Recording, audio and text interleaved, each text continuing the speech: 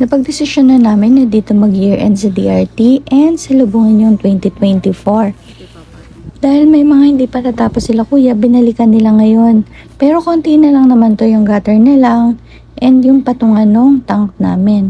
Sinamantala din ni Farmer Andrew yung paglilinis sa paligid at pagkutingting na kung ano-ano dito. Okay na din. Dahil nga medyo matagal kami, na-enjoy namin yung pagpunta-punta sa ilog. May malapit kasing ilog dito, parang 5 minutes away. At ang walang kapag walang pagtakbo-takbo sa labas.